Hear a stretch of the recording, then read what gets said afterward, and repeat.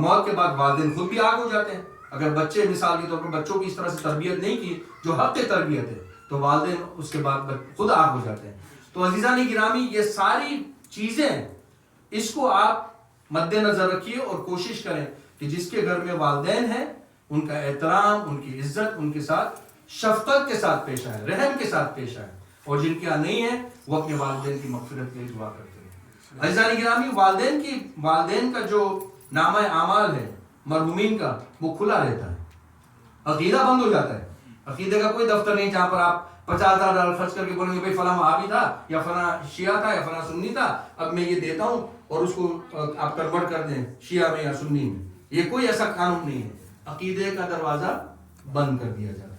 تو جو جس عقیدے پر مرا ہے اسی عقیدے پر اٹھایا جائے گا روز قیامت. ہاں اس کے اعمال کا دروازہ کھلا ہوا ہے، نامہ اعمال اس کا کھلا ہوا ہے.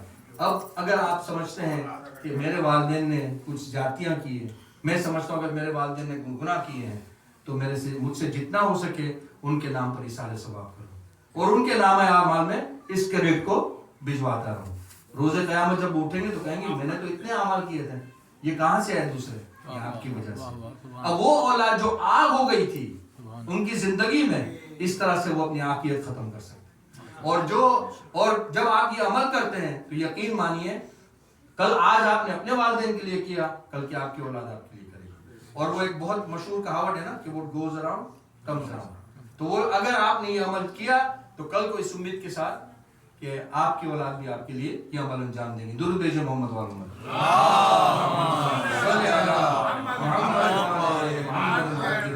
تو پروردگاران قرآن مجید میں ارشاد فرماتا ہے سورہ احقاف کی آیت نمبر ہے 15ویں آیت ہے. 15ویں آیت میں آیت کا آخری ٹکڑا میں لے رہا ہوں چونکہ میرے موضوع سے منسلک ہے یہ آیت کا آخری ٹکڑا جس میں پروردگاران ارشاد فرماتا ہے کہ درود بھیجے محمد والوں.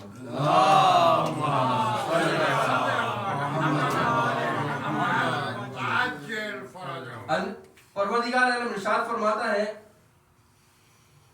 لئن شکرتم لازیدنکم، میرا شکریہ ادا کرو.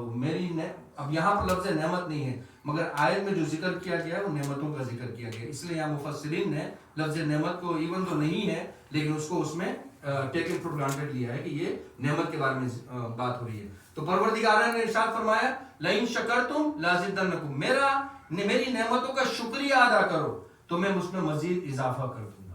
اب آپ کو سمجھ میں آئے کہ نعمت ریپیٹیٹیو کیوں ہے؟ کیونکہ میرا شکریہ ادا کرو تاکہ میں تمہاری نعمتوں میں مزید اضافہ کروں. تو میرا شکریہ پروردگار نے کہا کہ ادا کرو تمہاری نعمتوں میں مزید اضافہ ہو. تو میرے شکریہ کے ساتھ یہ بھی کہا والدین کا شکریہ ادا کرو. تو جب تم میرا شکریہ ادا کرو گے تمہاری نعمت بڑھے گی اور میری نعمت جو تمہارے والدین ہیں ان کا شکریہ ادا کرو گے تب بھی تمہاری نعمتوں میں اضافہ کر دیا جائے گا. درود بھیجے محمد.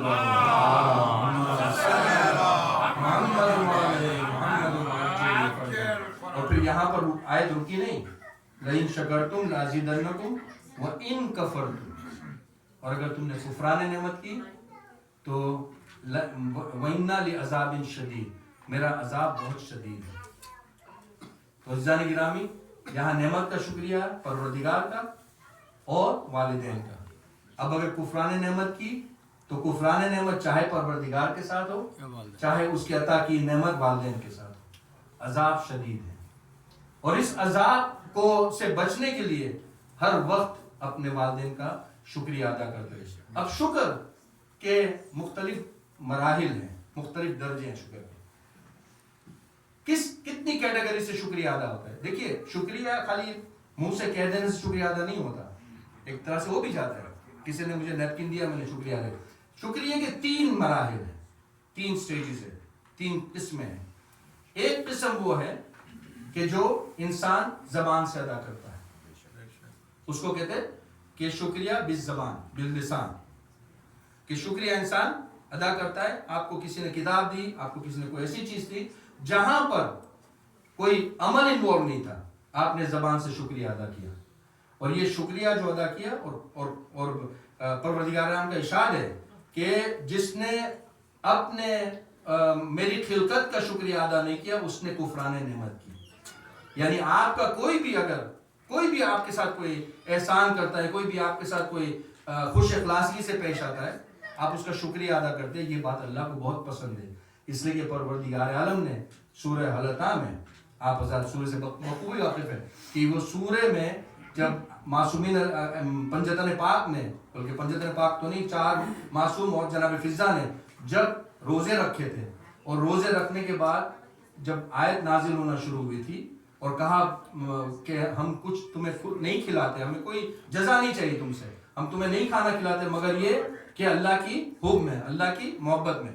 اور پھر اللہ نے جنت کا تذکرہ کیا، جنت کی ساری نعمات کا ذکر کیا، اور نعمات کا ذکر کرتے کرتے رکوع ختم ہوتا ہے اور آیت آتی ہے کہ ان ھذا کان لکم جزاء وکان سعیکم مشکورا۔ اے اہل بیت محمد، ہم نے یہ جو نعمتیں گنوائی ہے جنت کی، یہ جنت کی نعمتیں تم کو عطا کی اور تمہارا شکریہ بھی ادا کر رہے ہیں۔ تو یہ شکریہ کا قانون سنت ہے پروردگار عالم کی۔ تو جب انسان کسی کو کچھ عطا کرتا ہے اور وہ عطا اس کے لیول سے تھوڑا ہوتا ہے، چھوٹا ہوتا ہے، تو عطا کے ساتھ آپ شکریہ بھی ایڈ کرتے ہیں تاکہ اس آدمی کی نہ صرف حوصلہ افزائی ہو بلکہ اللہ تعالیٰ اس عمل سے راضی ہو جائے آپ سے۔ درود بھیجیے محمد محمد۔ تو یہ شکریہ زبان سے آپ نے کہا، یہ ہے شکر باللسان۔ دوسرا شکریہ جو وہ ہے وہ دل سے، قلب سے ادا ہوتا ہے۔ ہم کہتے ہیں نا صمیم قلب سے بہت شکریہ آپ کا، دل سے شکریہ آپ نے ادا کیا، یعنی کسی چیز سے آپ اتنا متاثر ہوئے، اتنا آپ کو اچھا لگا کہ آپ نے کہا کہ میں صمیم قلب سے آپ کا شکر گزار ہوں، یعنی آپ اس کے بعد اس عمل سے اتنا آپ کو امپریس کیا اس عمل نے کہ آپ نے دل سے اس کا شکریہ ادا کیا۔ یہ ہے 2 طرح کے شکریہ۔ ایک شکریہ وہ ہے جو نہ کہنے سے بھی ادا ہو جاتا ہے، ایک شکریہ وہ ہے جو زبان سے ادا ہوتا ہے، اور ایک شکریہ ہوتا ہے جو دل سے ادا ہوتا ہے۔ اور ایک شکریہ یعنی جو زبان سے ادا نہ کرنے والا شکریہ جو بغیر کیے ادا کیا ہو جاتا ہے، وہ کس سے کیسے ظاہر ہوتا ہے؟ آپ کے عمل سے۔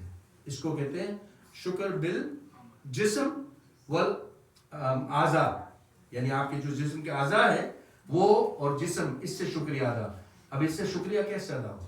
جسم سے، آپ کے عمل سے۔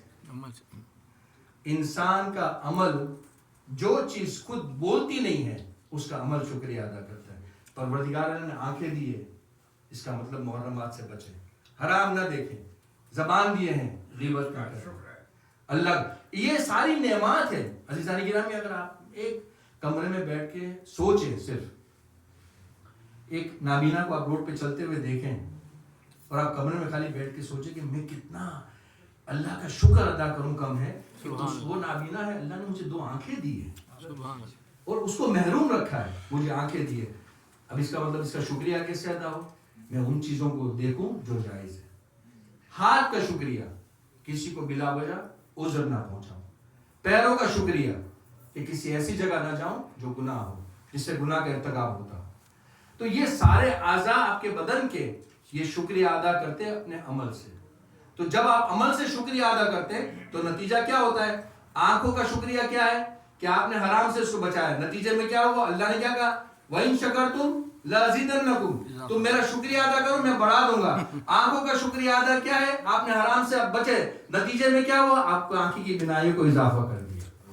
اسی طرح سے آپ نے ہاتھوں کو، پیروں کا، جب آپ ان چیزوں سے بچے تو پروردگار عالم نے آپ کو تادم آپ کی زندگی کے حیات کے ساتھ ساتھ صحت و سلامتی عطا کی۔ کیوں؟ آپ نے ہر قدم میں اس کا شکریہ ادا کیا۔ درود بھیجیے محمد والے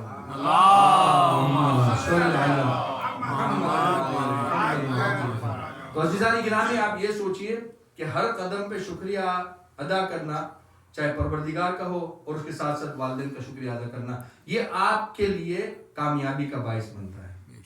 اور جتنے بھی ہم جو شکریہ ادا کرتے ہیں پروردگار کا، اور یاد رکھیے گا کہ اگر شکریہ میں کمی ہوئی، اللہ کی نعمتوں کا شکر میں کمی ہوئی تو عذاب اللہ کا شدید ہے۔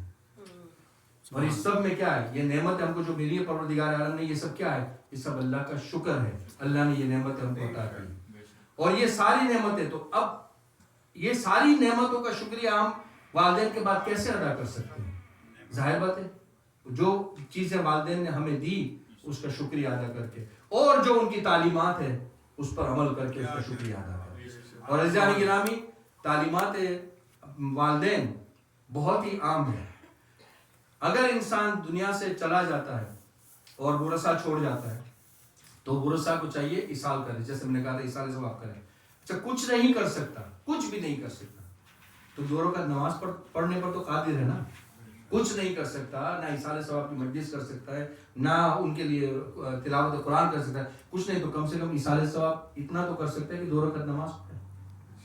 2 رکعت نماز جس کو کہتے ہیں نماز سے ہدیہ مغفرت والدین. جو حضرات پڑھتے ہیں اللہ ان کی توفیقات میں اور اضافہ کریں، جو نہیں پڑھتے میری ان کو یہ ایک ریکویسٹ ہے کہ ہدیہ مغفرت والدین ضرور پڑھیں شب جمعہ میں مغرب عشاء کی نماز کے بعد. اور اس کا طریقہ کتابوں میں لکھا ہوا ہے، اگر آپ کو طریقہ معلوم نہ مجھ سے بعد میں پوچھ لیجیے گا، کتابوں میں طریقہ لکھا ہوا ہے. کم سے کم آپ کچھ نہیں کر سکتے تو ہفتے میں ایک بار نماز مغفرت والدین پڑھ کے ان کی ایصال کر دیا کریں، تاکہ کم سے کم یہ کہ آج آپ نے یہ طریقہ عمل انجام دیا، کل کو آپ کی اولاد کچھ نہیں ہوگا تو آپ کے لیے تو اتنا تو کرے گی کہ وہ آپ کے لیے ہدیہ مغفرت والدین پڑھ لے. درود بھیجے محمد والے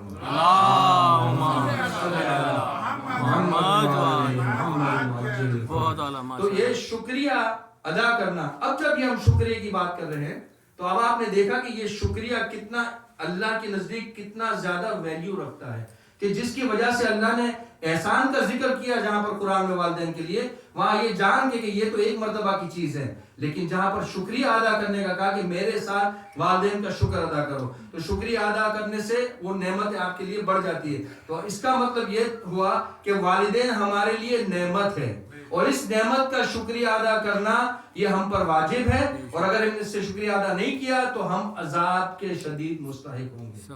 اسی لیے ہمیں پوری کوشش کرنی چاہیے کہ والدین کا کسی بھی طرح سے دل نہ دکھے. اور انہوں نے جو آپ یقین مانیے کہ جتنا بھی ہم پروردگار عالم نے ہم کو والدین کے ذریعے دیا، اب آپ کہیں گے کہ وہ احسان کیا ہم کو دنیا میں لائے، ہم نے ان کا احسان مانا، لیکن اس میں شکریہ تو اس میں شکریہ نہیں. شکریہ آپ کو اچھی تربیت دی، آپ کو اچھے اسکول میں بھیجا.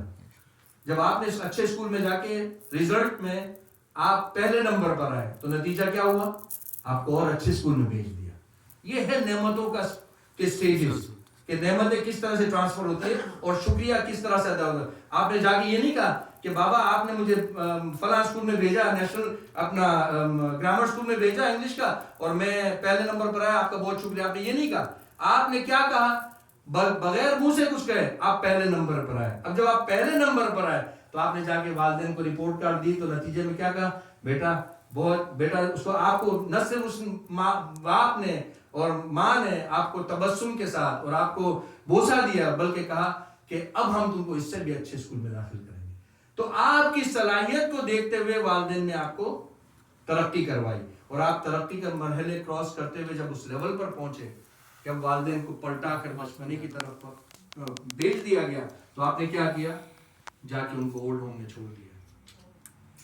یہ بہت بڑی عزیزانی گرامی، بہت بڑی لعنت ہے ہماری قوم پر.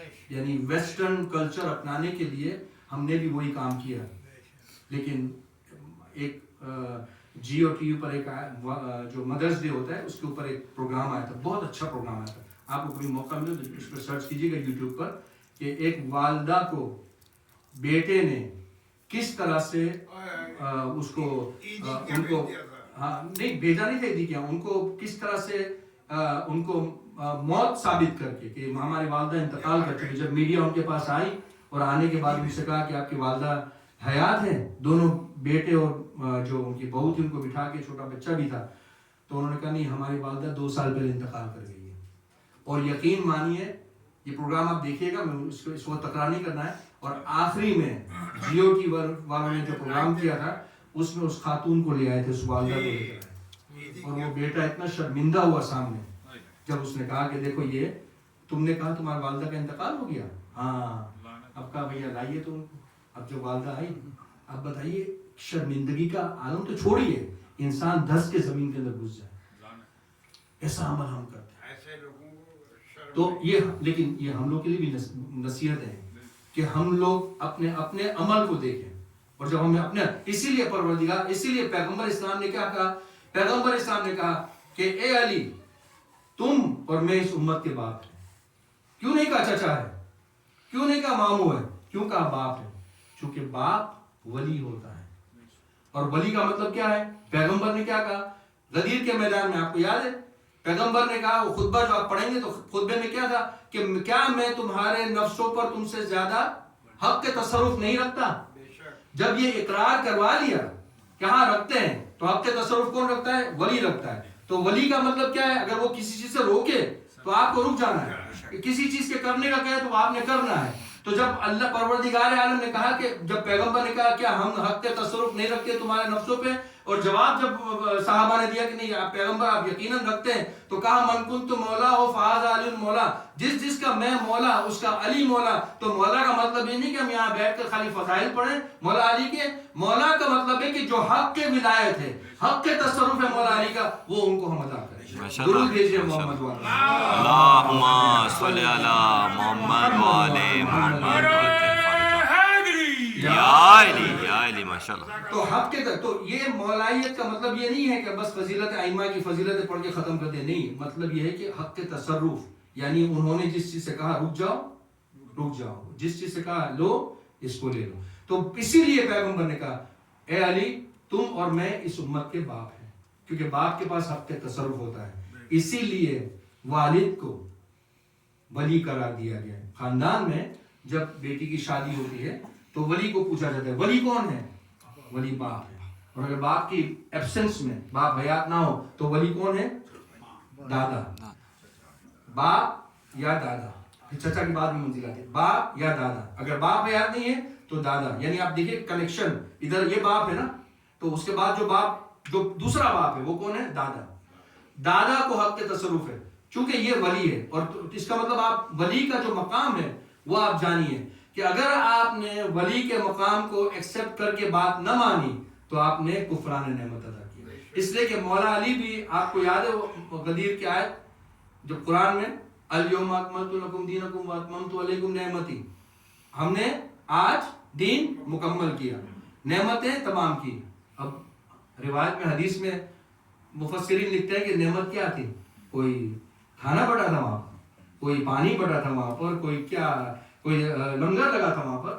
اور قرآن کہہ رہا ہے الیوم اکملت لکم دینکم, آج کے دن ہم نے نعمتیں تمام کر دی اور اللہ تمہارے اس دین سے راضی ہو گیا. ورضیت لکم الاسلام دینا, اللہ تمہارے اس دین سے راضی ہو گیا. پروردگار تو نے نعمتیں بھیجی, نعمتیں تو نے عطا کی. غدیر میں تو نے وہ گرم دھوپ کے شیڈ دھوپ میں ہم کو تو نے یہاں پر جمع کیا, اور دھوپ میں ہم کو تو نے مولا علی کا پیغام سنوایا, اور تو کہہ رہا کہ تو نے نعمتیں عطا کی. تو کون سی نعمتوں کا ذکر ہو رہا ہے؟ کہا وہ نعمت جو سامنے, جس کو پیغمبر نے کہا من کنت مولا ہو فہذا علی مولا. تو یہ نعمت الہی ایسی ہے کہ جس کا سوال یہاں بھی ہوگا اور روز قیامت بھی ہوگا. کہاں ہوگا؟ جب انسان اپنے اعمال سے فارغ ہو کر جب جنت کی طرف بڑھ رہا ہوگا تو آواز آئے گی وَلَتَسْأَلُنَّ يَوْمَئِذٍ عَنِ النَّعِيمِ, اس نعمت کے بارے میں سوال پوچھا جائے گا. روکو ان کو, روکو. وَقِفُوهُمْ إِنَّهُمْ مَسْئُولُونَ, ان کو روکو, قف کرو, روکو. إِنَّهُمْ مَسْئُولُونَ, ان سے ایک سوال کرنا ہے بھی. اور مفسرین لکھتے ہیں دونوں تسنن اہل تشیع کے مفسرین اس بات کو لکھتے ہیں کہ یہاں یہ جو سوال ہوگا یہ نعمت پروردگار یعنی ولایت مولا علی کا سوال ہوگا. اور ولایت مولا علی سے مراد یہ نہیں ہے کہ ان سے صرف محبت کی جائے, ولایت سے مراد یہ ہے کہ ان کے دشمنوں سے دشمنی اور ان کے دوستوں سے دوستی کی جائے. یہ ہے ولایت محمد وال محمد. درود بھیجیے محمد وال اللہم صلی علی محمد وعلی محمد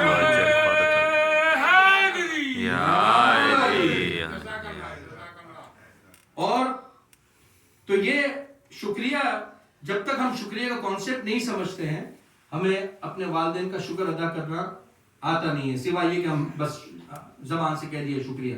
لیکن شکریہ کے یہ پہلو ہے. تو انسان جب اپنے اعضاء سے شکریہ ادا کرتا ہے پروردگار. اور دوسری بات ایک جاتے جاتے ایک ٹوٹکا آپ کو دے جاؤں کہ انسان ابھی آج کل الزائمر اور یہ ڈائمینشیا اور یہ سب بیماریاں بہت چل رہی ہے نا, اللہ آپ سب کو حفاظت رکھے, سب کے ذہنوں کو حفاظت رکھے اس اور ایلڈرلی ایج کی بیماری سے. لیکن اگر آپ واقعی اس بیماری سے بچنا چاہتے ہیں نا, اس کا بہترین طریقہ اور بہترین علاج ہے تلاوت قرآن. جب تک حیات دی آپ کو پروردگار نے، آپ ایک آیت بھی اگر پڑھ سکتے ہیں ہر روز تلاوت کریں، کیونکہ تلاوت ہے قرآن حدیث میں ہے کہ قرآن کی تلاوت کرنے والے شخص کا حافظہ کبھی کمزور نہیں ہوتا.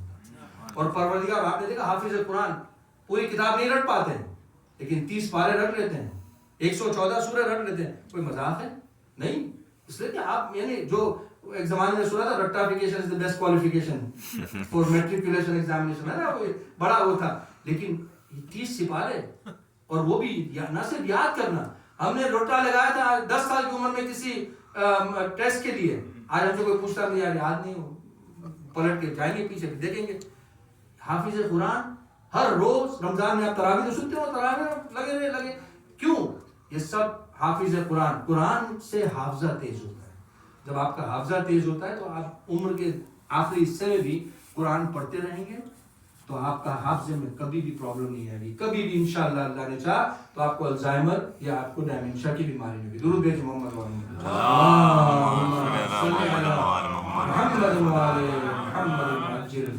اور اسی لیے آج ہم چونکہ باپ کا ذکر ہے اور برساؤں نے اپنے والد اور سمینہ بھابی نے اپنے شوہر کی اصالہ ثواب کی مجلس رکھی ہے. اور یہ مسرت بھائی، مجھے ظاہر سعادت ہے، شرف ہے کہ مسرت بھائی میرے پڑوسی بھی تھے جب ہم وہاں اوسو میں رہا کرتے تھے اور ان سے ملاقات ہوتی رہتی تھی. بہت ہی نہ صرف نیک انسان تھے، بہت ہی ملنسار، بہت ہی مخلص اور بہت ہی ڈاؤن ٹو ارتھ آدمی تھے. یعنی کبھی کبھی ایسا بھی ہوا ہے کہ مثال کے طور پر کئی لوگ آئے ہیں پڑھنے کے لیے میلاد میں قصیدہ خوانی یا نوحہ خوانی یا مرثیہ خوانی، اور کبھی ان کو موقع نہیں ملا تو کبھی بھی انہوں نے پلٹ کے باہر نکل کے یہ نہیں کہا کہ یار آج مجھ سے زیادتی ہو گئی، آج انہوں نے شکایت کی، گلا کیا. کبھی نہیں، بلکہ آپ نے سامنے سے کہا مسرت بھائی سوری آج آپ کو پڑھنے نہیں ملا، تو کہیں کوئی بات نہیں، ہم آئندہ پڑھ لیں گے. اتنے مخلص آدمی تھے اور اتنے ان میں نے کبھی انا والا معاملہ تو دیکھا نہیں، کبھی بھی نہیں دیکھا.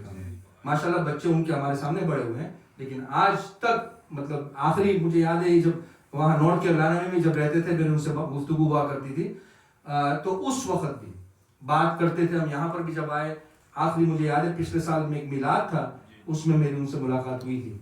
بہت ہی نہیں ادھر یہاں پر آئے تھے اور میرے خیال سے انہوں نے پڑھا بھی تھا شاید اس وقت جو میلاد تھا اس میں. تو یہ مسرت بھائی جو ہے اللہ ان کے درجے کو، ہم تو یہ کہہ رہے ہیں اللہ ان کے درجے کو بڑھائے. آپ کو پتا ہے وہ تو ذاکر اہل بیت تھے، وہ تو قصیدہ خوانی، نوحہ خوانی، مرثیہ خوانی کیا کرتے تھے. ان کا درجہ تو ہم جانتے ہیں کہاں ہوگا اس وقت، لیکن یہ بطور دعا ہم کہتے ہیں پروردگار ان کے درجات بلند کرے اور ان کو ایسی جگہ دے پروردگار عالم کہ جو ان کا حق ہے. اس لیے کہ اس شخص نے بہت زیادہ خدمت کی ہے، ذکر اہل بیت کیا ہے. مرثیہ پڑھنے کا ان کا انداز، بہترین مرثیہ پڑھنے کا انداز، جو آج کل ایک طرز مرثیہ ہے وہ نہیں، ایک پرانی طرز پہ ان کا مرثیہ پڑھنے کا انداز ہے. مسرت بھائی کا پرانی طرز، اوریجنل پرانی طرز اور پرانی ڈھب پہ مرثیہ پڑھا کرتے تھے. اور بہت، اور اس کے ساتھ ساتھ رقت کے ساتھ رقت آمیز مرثیہ ہوتے تھے. اور دوسری ایک بات آپ سے ہم عرض کریں کہ جب انسان مرثیہ پڑھتا ہے نا تو جب تک دل میں اس مرثیہ کو محسوس نہیں کرتا دوسرے کو رلا نہیں سکتا، وہ دوسرے کی آنکھوں میں آنسو نہیں لا سکتا وہ، کیونکہ وہ ہے پروفیشنل. لیکن جو شخص دل میں محسوس کرتے کہ میں خود رو رہا ہوں اندر سے، جب میں امام کا کوئی بند پڑھتا ہوں واقعے کا یا مسائل کا تو میں خود اندر سے روتا ہوں. جب میں روتا ہوں تو میں دوسروں کو رلا سکتا ہوں. آپ جب خود اندر سے نہیں رو رہے، آپ کو خود اتنا اس بات کا احساس نہیں ہے، آپ دوسروں کو کیا رلائیں گے. لیکن مسرت بھائی ان کے پڑھنے کا بھی ان کا بہت ہی مطلب بہت اچھے اور بہت ہی نیک اور ملنسار آدمی تھے. اور وہ کہتے ہیں نا کہ ڈاؤن ٹو ارتھ ان کا رویہ ہوتا تھا ہمیشہ. پروردگار ان کو بس ان کے درجات بلند کرے اور تمام پسماندگانوں کو پروردگار صبر جمیل عطا فرمائے اور ہم سب کو توفیق دے کہ ہمارے جتنے مرحومین اس دنیا فانی سے گزر چکے ہیں ان سب کے لیے زیادہ زیادہ ہمیں خیر انجام دے سکیں. تو عزیزان گرامی، شکریہ، جب آپ شکریہ کو سمجھ کے آپ شکریہ ادا کریں گے تو آپ اس شکریہ کو اپنے پیرنٹس تک بھی پہنچا پائیں گے، آپ اس شکریہ کو اپنے پروردگار تک بھی پہنچا پائیں گے. اسی لیے آپ دیکھیے کہ آج ہم یہاں پر جمع ہے مسرت بھائی کی اصالہ سو کی مجلس کے ساتھ ساتھ شہزادی جناب سیدہ کی شہادت کا دن بھی ہے، اور اس شہادت کے دن میں آج ہم یہاں جمع ہوئے ہیں. ہم جمع کیوں ہوئے؟ ان کو رونے کے لیے. لیکن رونے کے ساتھ ساتھ ہم کر کیا رہے ہیں؟ ہم رونے کے ساتھ ساتھ ان کا شکریہ ادا کر رہے ہیں. کیا شکریہ ادا کر رہے ہیں؟ ہم اس بات کا شکریہ ادا کریں کہ بی بی آپ کا شکریہ کہ آپ نے ہمیں اپنا مرید اور ہم نے اپنا مطیع اور فرما بردار بنایا. آپ نے ہم کو اپنے قدموں میں جگہ دی ہے کہ آج ہم آپ کا ذکر کر رہے ہیں، اور یقین مانیے یہی ذکر کامیابی کا راز ہے. ہاں عزیزان گرامی، جب پیغمبر نے کہا کہ علی تم اور میں اس امت کے باپ ہیں، تو میں نے بتایا کہ امت کے باپ سے مراد کیا ہے؟ امت کے باپ سے مراد یہ ہے کہ جب آپ کا باپ آپ کے لیے شکر، آپ کے لیے باعث نعمت ہے، تو وہ شخص جو امت کا باپ ہے یعنی مولا علی اور پیغمبر، تو اس کا مطلب وہ پوری امت کے لیے ایک نعمت ہے. تو کیا امت کو ان کا شکریہ ادا نہیں کرنا چاہیے؟ امت کو ان کا شکریہ، پروردگار کا شکریہ ادا نہیں کرنا چاہیے کہ انہوں نے، پروردگار نے ہمیں ایسے باپ عطا کیے کہ جو ان پروردگار کی نعمت ہے. لیکن مسلمانوں نے کیا کیا؟ مسلمانوں نے کس طرح سے رلایا؟ پیغمبر اسلام کی وصال کے بعد کتنے دن گزرے تھے کہ جناب سیدہ پر مصائب کے پہاڑ ٹوٹے، اور جناب سیدہ یا پیغمبر کی رحلت کے بعد پہلی ربیع الاول کو جو واقعہ پیش آیا، اس کے علاوہ اس کے بعد عزادارو جناب سیدہ کتنے دن؟ جناب سیدہ مجبور ہو گئی تھی یہ کہنے پر کہ سبت علی الایام سن ریانیہ، سبت علیہ مصائب لو انہا. اے بابا، مجھ پر مصائب کے وہ پہاڑ ٹوٹے ہیں کہ اگر وہ دن پر پڑتے تو رات کی تاریکی میں بدل